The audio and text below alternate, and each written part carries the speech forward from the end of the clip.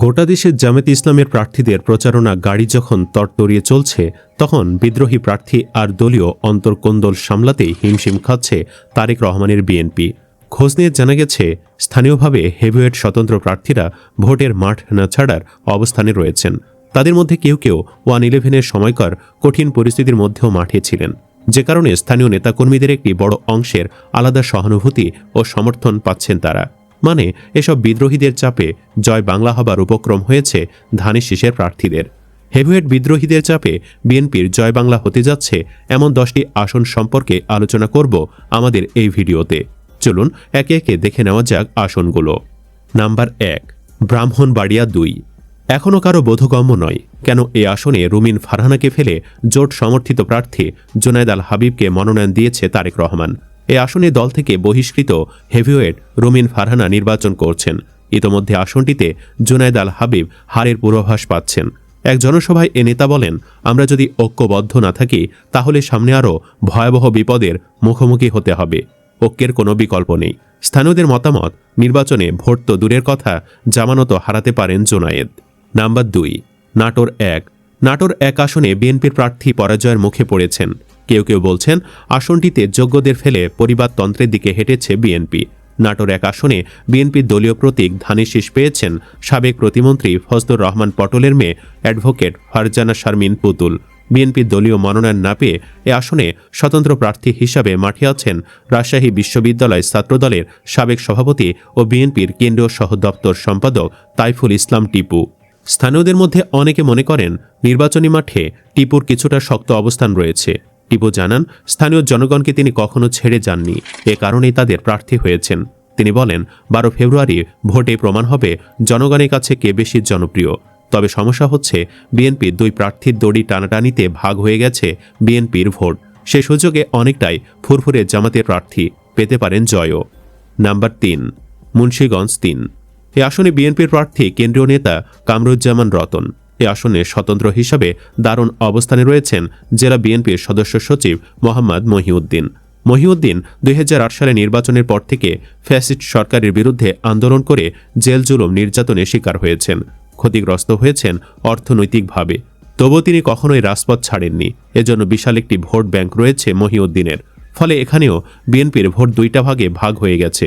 তারেক রহমান অনেক চেষ্টা করেও দমাতে পারেননি বিদ্রোহীদের। আর এই সুযোগে বিএনপির ঘাঁটি হিসাবে পরিচিত মুন্সিগঞ্জে ভাগ বসাতে মরিয়া হয়ে উঠেছে জামায়াত। নাম্বার 4, মানিকগঞ্জ 1।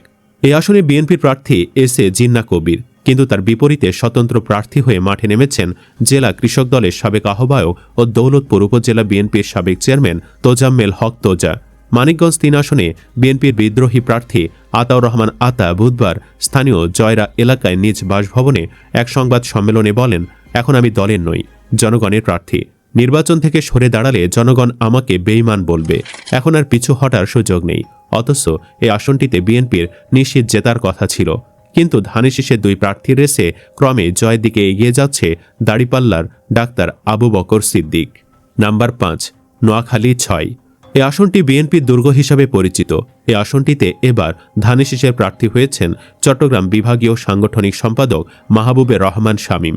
কিন্তু দলীয় মনোনয়ন না পেয়ে 3 বারের সাবেক এমপি মোহাম্মদ ফজলুল আজিম, তার স্ত্রী শামীমা আজিম ও উপজেলা বিএনপির সাবেক সাধারণ সম্পাদক প্রকৌশলী তানভীর উদ্দিন রাজীব 3 জনই এই আসনে স্বতন্ত্র প্রার্থী হয়েছেন। মানে, এক ধানের শীষের ভোট এবার এ আসনে 4 ভাগে ভাগ হচ্ছে। অন্যদিকে এই আসনে জামায়াত এনসিপি 10 দলীয় জোটের প্রার্থী হিসেবে আব্দুল হান্নান মাসুদ নির্বাচন করবেন। তার জয় পাওয়া এখন সময়ের ব্যাপার মাত্র। নাম্বার 6, টাঙ্গাইল 5। এ আসনে বিএনপির মনোনয়ন পেয়েছেন কেন্দ্রীয় প্রচার সম্পাদক সুলতান সালাউদ্দিন টুকু। দলীয় মনোনয়ন না পেয়ে এ আসনে স্বতন্ত্র প্রার্থী হয়েছেন জেলা বিএনপির সাধারণ সম্পাদক ফরহাদ ইকবাল। তিনি বহিষ্কারের তোয়াক্কা না করে এখনও নির্বাচনী মাঠে রয়েছেন। সব মিলে চরম দ্বিধা দ্বন্দ্বে পড়েছে এই আসনের বিএনপি সমর্থকরা। অন্যদিকে জাতীয় পার্টির কয়েকশত বেঈমান এবং হাসিনা দোসর খ্যাত নেতারা বিএনপিতে যোগ দিয়েছে, যা দলটির ভাবমূর্তি ক্ষুণ্ণ করছে। অন্যদিকে জামায়াতের একক প্রার্থী হিসাবে দলের জেলা আমির আহসান হাবিব মাসুদ নির্বাচনী প্রচারণা চালাচ্ছেন আসনটিতে। সব মিলে এই আসনেও জামায়াতের প্রার্থী বেশ ফুরফুরে মেজাজে রয়েছেন। নাম্বার 7, সিলেট 5। এ আসনে জমিয়তে উলামায়ে ইসলাম বাংলাদেশের মাওলানা ওবায়দুল্লাহ ফারুককে জোটের একক প্রার্থী হিসাবে ঘোষণা দিয়েছে বিএনপি। তবে তিনি নির্বাচন করছেন দলীয় প্রতীক খেজুর গাছ নিয়ে। কওমি মাদ্রাসা অধ্যুষিত এই আসনটিতে দলটির উল্লেখযোগ্য ভোট ব্যাংকও আছে। অতীতে সেখান থেকে ওই দলটির প্রার্থীরাই বিজয়ী হওয়ার রেকর্ড আছে। তবে এবার জোটের প্রার্থী হয়েও স্বস্তিতে নেই জমিয়তে উলামা ইসলাম, কারণ বিদ্রোহী প্রার্থী হিসেবে এখনও মাঠে রয়েছেন বিএনপির বহিষ্কৃত নেতা মামুনুর রশিদ মামুন। তার ফিল্ডও বেশ ভালো, মানে বিদ্রোহীর জাতাকলে পিষে মরার অবস্থা হয়েছে ধানে শীষের প্রার্থীর। নাম্বার ৮, ঢাকা ১২ আসনে যুগপথের সঙ্গী হিসাবে বিএনপির মনোনয়ন পেয়েছেন বাংলাদেশের বিপ্লবী ওয়ার্কার্স পার্টির সাধারণ সম্পাদক সাইফুল হক। ইতোমধ্যে বিএনপির একাংশকে নিয়ে তিনি মাঠে নেমেছেন। তবে ওই আসনে স্বতন্ত্র প্রার্থী হিসেবে মাঠে রয়েছেন বিএনপি থেকে বহিষ্কৃত যুবদলের সাবেক সভাপতি সাইফুল আলম নীরব। প্রার্থী হিসাবে টিকে থাকার প্রশ্নে নীরব এখনও অনড়। বহিষ্কারকে মেনে নিয়েই তিনি নির্বাচনে সক্রিয় থাকবেন বলে জানিয়েছেন। নাম্বার ৯, ঝিনাইদহ ৪ এই আসন থেকে বিএনপির মনোনয়ন পেতে গণ অধিকার পরিষদের সাধারণ সম্পাদকের পদ ছেড়েছেন রাশেদ খান। দলে যোগদান করে ধানের শীষে সমর্থন পেয়ে নির্বাচনে লড়ছেন তিনি। তবে স্বেচ্ছাসেবক দলের কেন্দ্রীয় সিনিয়র যুগ্ম সাধারণ সম্পাদক ও ঢাকা বিশ্ববিদ্যালয় ছাত্রদলের সাবেক সাধারণ সম্পাদক সাইফুল ইসলাম ফিরোজ এই আসনে স্বতন্ত্র প্রার্থী হিসেবে লড়ছেন। অনেকের মতে ফিরোজেরও স্থানীয় রাজনীতিতে শক্ত অবস্থান রয়েছে, মানে রাশেদ খান ও সাইফুলের মাঝে হাড্ডাহাড্ডি লড়াই হবে। তবে শঙ্কার বিষয় হচ্ছে এই হাড্ডাহাড্ডি লড়াইয়ের মাঝে গোল দিয়ে দিতে পারেন জামায়াতের প্রার্থী। নির্বাচনী প্রচারণায় ঝড় তুলেছেন ঝিনাইদহ ৪ আসনে জামায়াত ইসলামীর প্রার্থী মাওলানা আবু তালেব। কোরআন হাদিসের আলোকে উন্নত বাংলাদেশ গড়ার স্বপ্ন নিয়ে তিনি ছুটছেন মানুষের দুয়ারে দুয়ারে। তার কর্মী বাহিনীও সমানতালে ছুটে চলেছে ভোটারদের কাছে। নাম্বার ১০, সাতক্ষীরা ৩ সাতক্ষীরা এমনিতেও জামায়াতের ঘাঁটি, তার উপর বিএনপির অন্তঃকোন্দল। সব মিলে এই আসনটিতেও জামায়াতের জয় পেতে খুব একটা বেগ পেতে হবে না।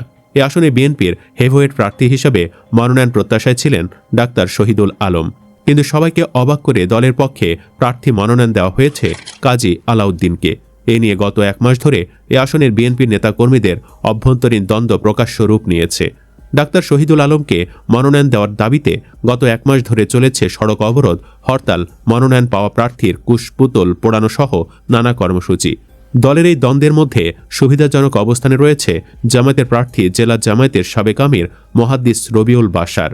এদিকে ধানে শীষে নেতাদের সাথে কথা বলে জানা গেছে আসন ছাড় দিয়ে বিএনপি তৃণমূলকে ইতোমধ্যে কঠোর নির্দেশনাও দেওয়া হয়েছে হাইকমান্ড থেকে, কিন্তু এরপরও কিছু আসনে বিদ্রোহীরা তোয়াক্কা করছেন না। ফলে মাঠ পর্যায়ে এখনও দ্বিধা ও বিভ্রান্তি তৈরি হয়েছে। বিএনপির শীর্ষ নেতৃত্বকে বিষয়টি জানানোর পর কিছু এলাকায় পরিস্থিতির উন্নতি হলেও তা প্রত্যাশার তুলনায় অনেক কম বলে তারা মনে করছেন। মিত্র দলগুলোর বেশিরভাগ প্রার্থী মনে করেন কেন্দ্রীয়ভাবে বিএনপি আরও কঠোর নির্দেশনা না দিলে মাঠ পর্যায়ে নেতাকর্মীদের পূর্ণ সহযোগিতা পাওয়া কঠিন হবে। কয়েকজন মনোনয়ন প্রত্যাহার করলেও অর্ধশতাধিক বিদ্রোহী প্রার্থী স্বতন্ত্র হিসাবে এখনও মাঠে রয়েছেন। এর মধ্যে অন্তত ২০ জনকে হেভিওয়েট মনে করা হচ্ছে, যারা বিএনপির হারের কারণ হতে পারেন। সুপ্রিয় দর্শক, সব সমস্যা পেছনে ফেলে বিএনপি কি শেষ পর্যন্ত সরকার গঠন করতে পারবে? আপনার কি মনে হয়? কমেন্ট বক্সে জানিয়ে দিন আপনার মতামত। ভিডিও ভালো লাগলে লাইক দিন এবং চ্যানেলটি সাবস্ক্রাইব করুন। ধন্যবাদ।